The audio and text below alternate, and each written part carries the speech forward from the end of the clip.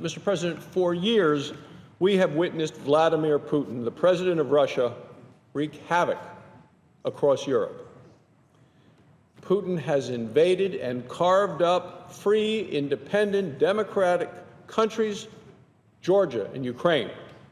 He has bullied our friends in the European Union.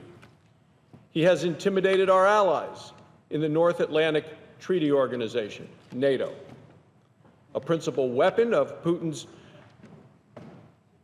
has been Russia's energy supplies, specifically natural gas. Putin has used Russia's natural gas to extort, to threaten, and to coerce our allies and our partners.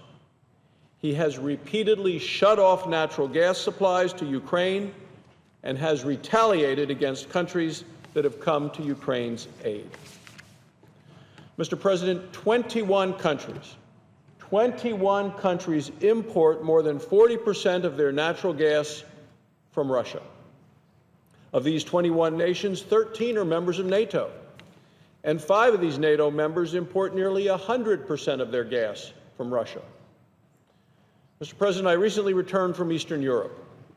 Our NATO allies and European partners are desperate to find alternative sources of natural gas. They're seeking to develop their own natural gas resources. But amazingly, Putin is funding activists who oppose hydraulic fracturing in Europe. It is clear Putin wants to keep our NATO allies dependent on Russian energy. Our NATO allies have publicly called on Congress to help them access America's natural gas. And we can do that by adopting my amendment, 1582. My amendment would help countries like Ukraine, our NATO allies, and others access America's vast supplies of natural gas. Specifically, it would ensure that the Secretary of Energy makes timely decisions on applications to export liquefied natural gas, or LNG.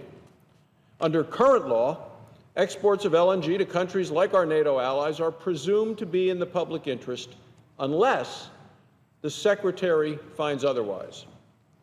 But over the last several years, the Secretary's decision-making process has been at best unpredictable. My amendment would fix that.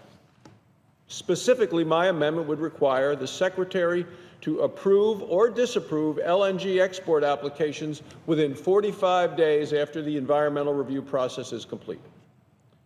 My amendment would ensure that legal challenges to LNG export projects are resolved expeditiously. It would also require exporters to publicly disclose the countries to which LNG has been delivered. In January of this year, the Energy Committee held a hearing on legislation that is identical to my amendment. At that hearing, the Department of Energy testified that my legislation is, quote, a solution we will be able to comply with. I'm encouraged by DOE's support for this legislation.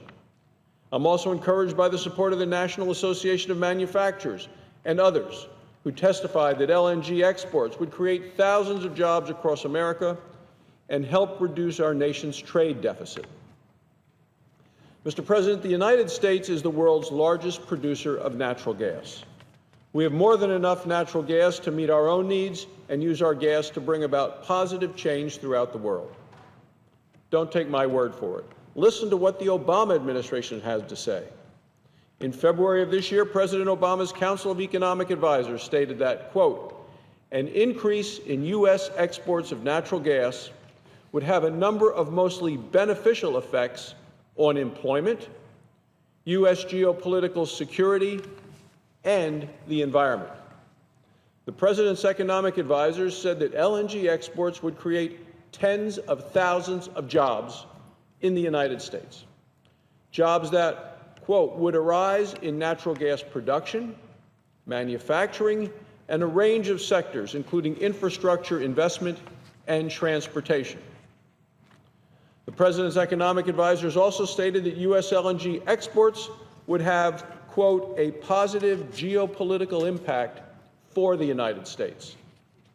Specifically, they explained that U.S. LNG quote, builds liquidity in the global natural gas market and reduces European dependence on the current primary suppliers, Russia and Iran.